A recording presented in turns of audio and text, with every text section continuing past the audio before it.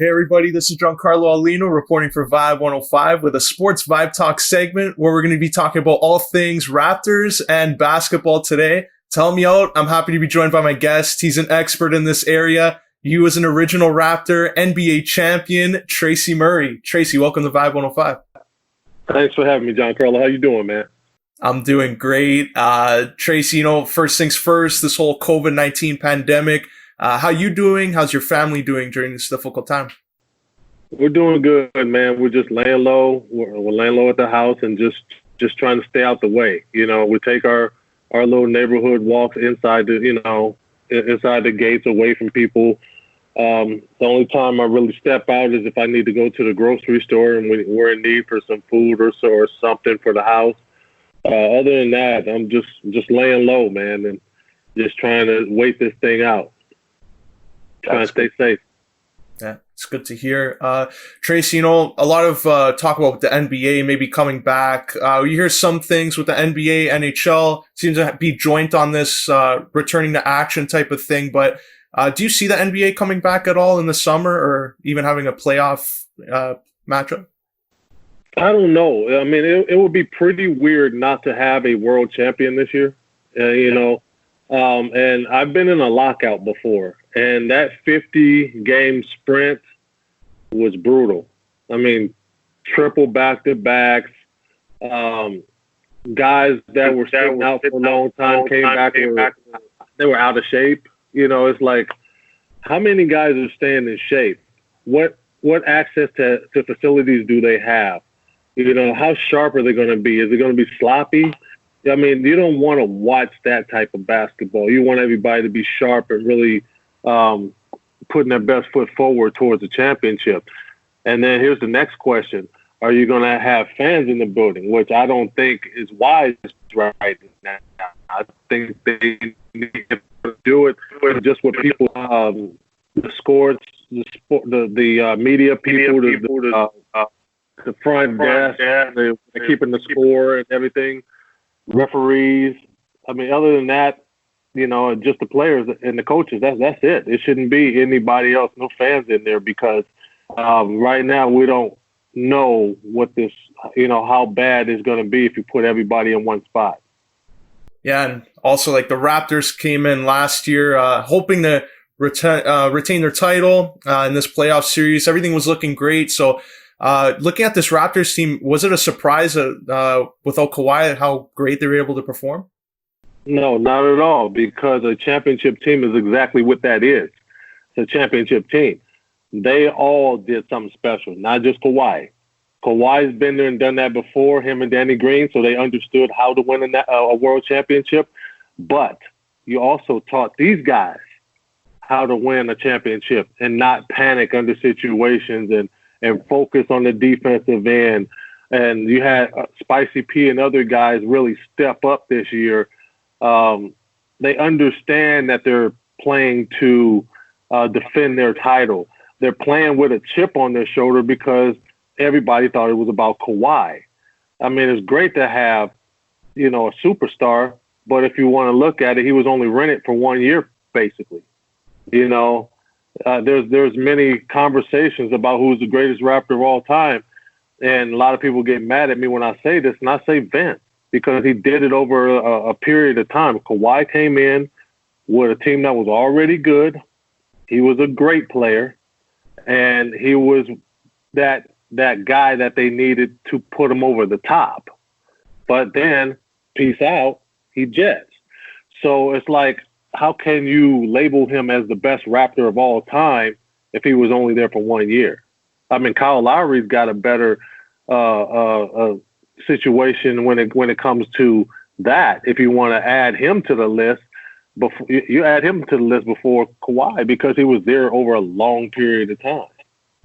Yeah, and you brought up Vince there. This was his final season. Everything, it was supposed to have that final game in Toronto, so a lot of people are bummed out. Like me personally, I grew up watching Vince Carter. So when you look back at his career, what is his legacy both as a Raptor and NBA player? Well, if you want to look at Raptor history, we're the foundation. Vince was the building. He took it from the foundation, and he was the door, the windows, and then Kawhi came later and became the ceiling, and to complete the building. But Vince was, he did everything for that organization for the time he was there. Do you think jerseys, Nike shoes, and all of that stuff would be flying off the shelf if it wasn't for Vince Carter up in Toronto? I don't think so. He was Air Canada. That was his nickname.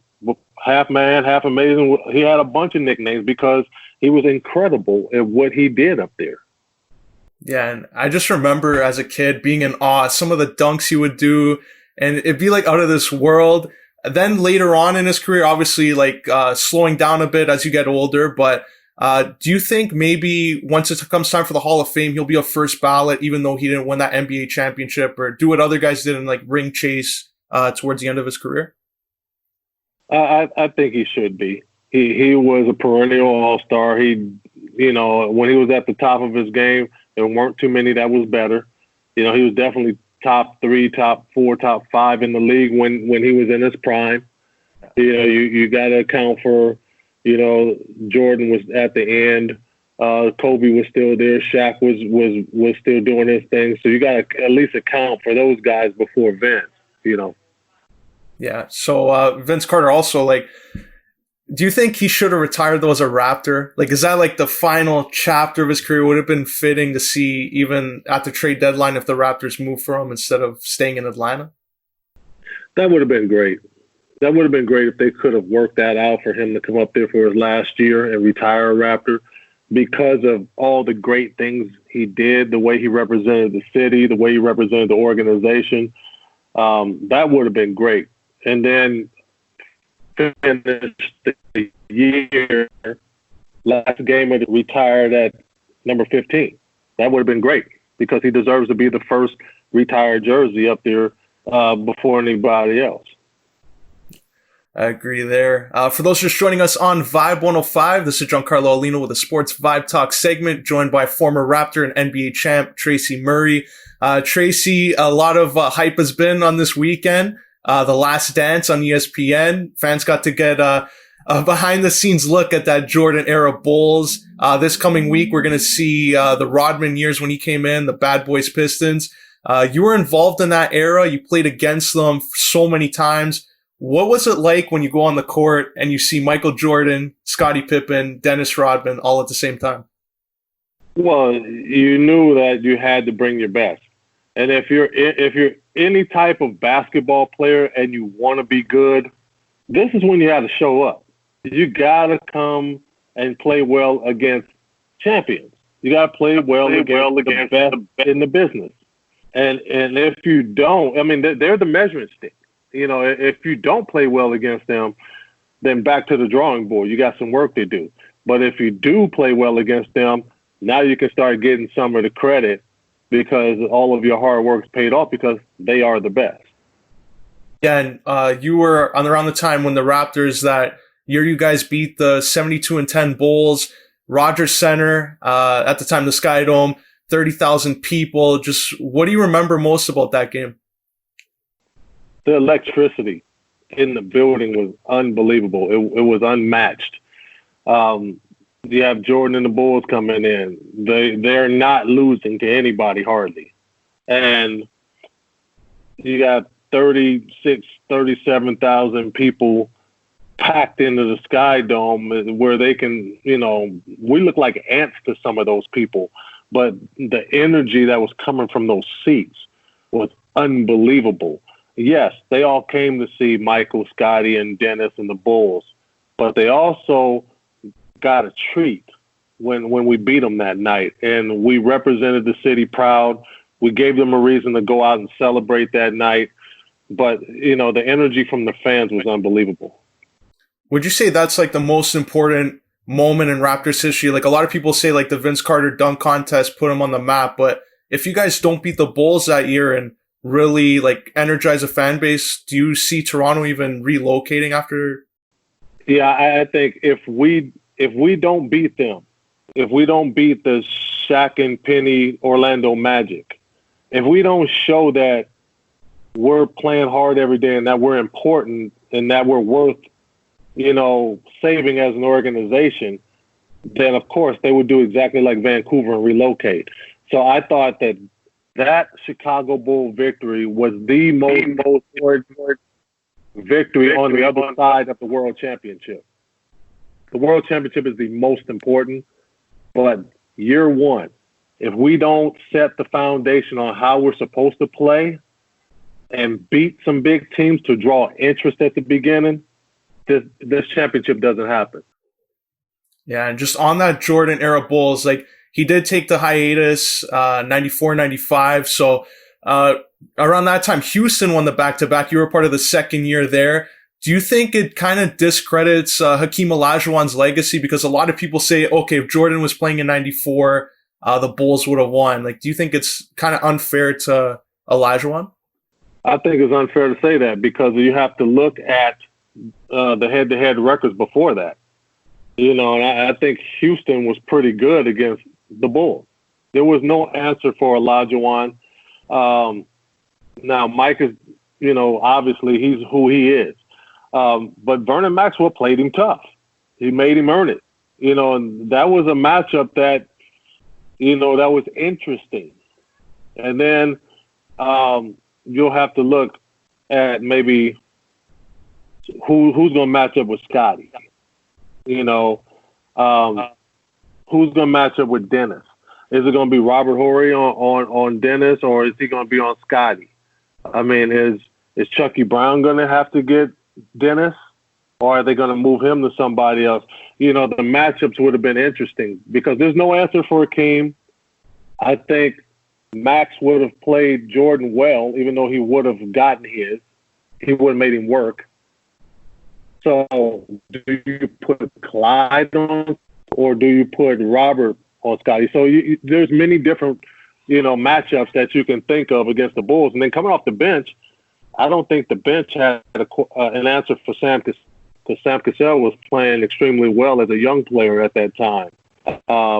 We had guys who were experienced and unselfish, and Mario Elie hit big shots. Rob hits big shots. Kenny Smith had a big series against Orlando. So we had guys on the team that can play. So it's kind of hard to discredit a championship team, especially when you have that monster in the middle. Yeah, and you were on that team in 95. You and Clyde Drexler came in at the time there as they were going on their second run. When you played against the Orlando Magic in the finals, you had Shaq and Penny. Were you surprised at just how you guys were able to beat them so easily, or was it like, okay, Shaq was early on, you maybe thought he'd be a tougher matchup early on in his career? Well, the way I looked at it is they were pretty much a young team. Their stars were young, and they needed to take some lumps to understand what being champions are. And Dream was just dominant throughout the whole playoffs. He ran through Utah. He ran through Phoenix. He absolutely destroyed David Robinson. David Robinson was the MVP. And Shaq did the best he could against him, but Shaq wasn't Shaq at that time. He was a young, dominant Shaq, but he wasn't Diesel yet. And I think he needed that sweep to motivate him even more to become who he was. For those just joining us on Vibe 105, this is Giancarlo Aulino with a Sports Vibe Talk segment, joined by former Raptor and NBA champ Tracy Murray. Now, Tracy, your path in the NBA ended up going to Washington, and one of your most memorable games, you dropped 50 on the Golden State Warriors. What was that like that night? Because a lot of guys, when they get up to 40, 50 points, it's just like a rhythm thing. What was that whole day like for you? Were you just feeling it that day where you're able to get that performance out? Well, I've always been confident, going into the Oakland Coliseum, which is Oracle now.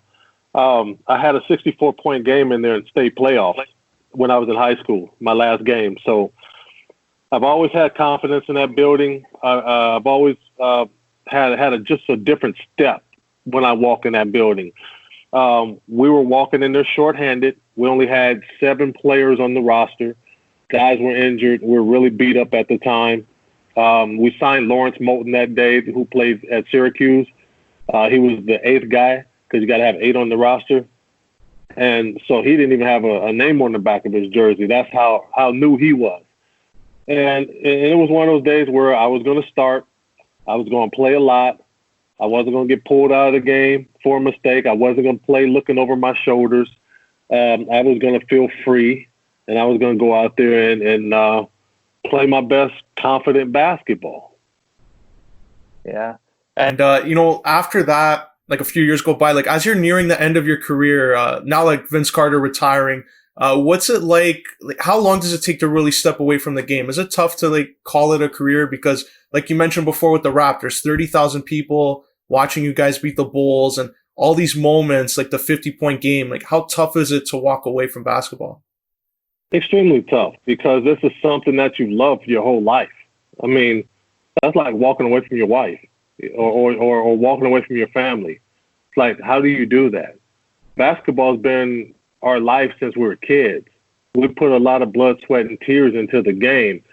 So to just say, okay, I'm done and walk away, is traumatic. It's almost like a death. And a lot of people don't understand and don't realize that it's the hardest thing for a basketball player to do. Even when they're old and they think they still got it, we can't move like we used to. Our skills are diminishing. But that's all we really know. So we're fighting that. We're constantly trying to prove people wrong and prove that we still belong. But, at some point the league moves on without you. They have to keep moving it, and you have to call it quits. And I think that was probably one of the toughest things that I had to do, even though it was after 12. I can imagine Vince after 21, how hard it was for him, how hard it was for Kobe to walk away. Those guys, Reggie Miller had 18 years. Guys, Robert Parrish had 20, Kareem had 20. Guys that were in for that, it's their life. I mean, they were kids coming into the league, and they're grown men when they leave, almost at grandpa status. So, you're talking close to 40. So when you look at over 20 years in the game, that's a heck of an accomplishment. That means that you really took care of your body and you took off the court seriously too, because you had to be in your best shape. You had to play with, minor injuries. You didn't have any major injuries that kept you down. So you have to give those guys a lot of credit. That was a heck of a marathon. Yeah, and like you mentioned there, like it's your whole life, basketball. It's your whole life. Like you started off, you're in college, and then you end up in the league for some guys 20 years. So you're within the big three. Also, you do some media stuff with them. So do you think the big three has been important for some of these guys to maybe be at peace with it, like immediately after retiring? I think so, because guys like Joe Johnson, who has a lot of games still left, probably didn't want to go overseas and deal with, some of the stuff that they deal with over there. I did that for 3 years, and it's a tough life. It's really a hustle to go over there, be away from your family, play in another country that's far away for 9 months. Money stops showing up. You're wondering if you're going to get on the plane and leave or if you're going to wait it out. It's not like the NBA, where first and the 15th, your check is coming, is guaranteed to be there. It's really a hustle. And the second year in Greece, it was the second year I played overseas. That was a nightmare, man.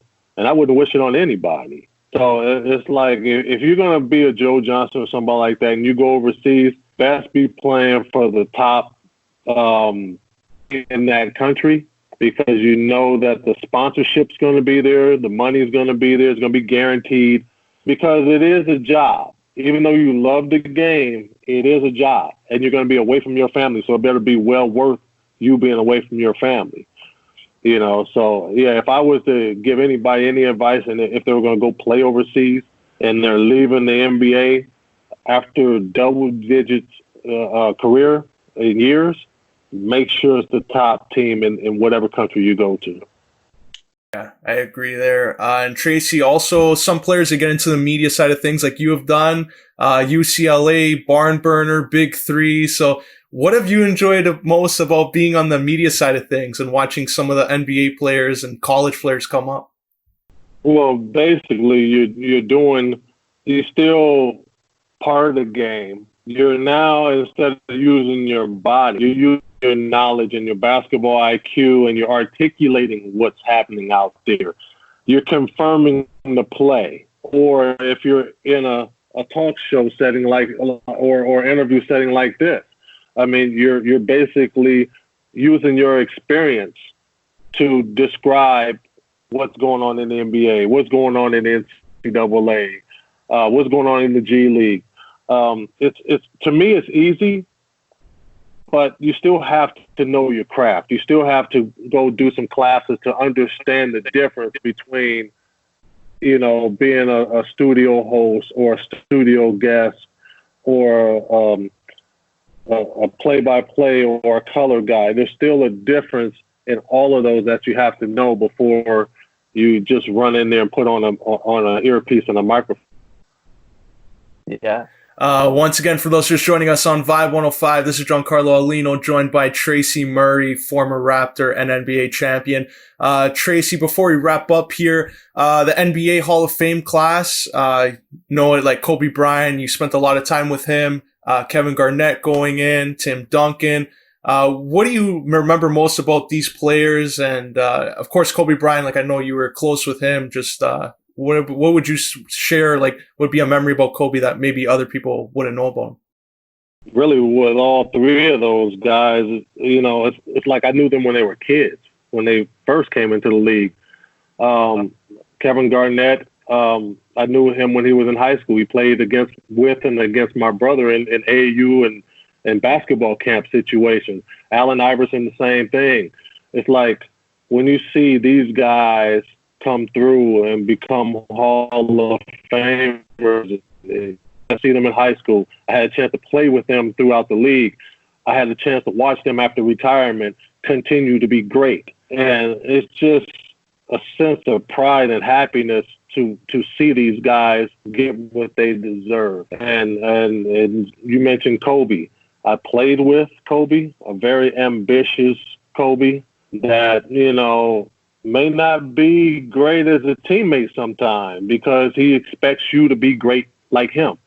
But then to fast forward, coach him in his last year and to see and admire all of his basketball IQ and the experience that he received and throughout the years and to see him try to mentor some of those young guys and hang out with us, the coaching staff, he hung out with us because Byron played with him. Mark Madsen played with him. I played with him. Now we're coaching him.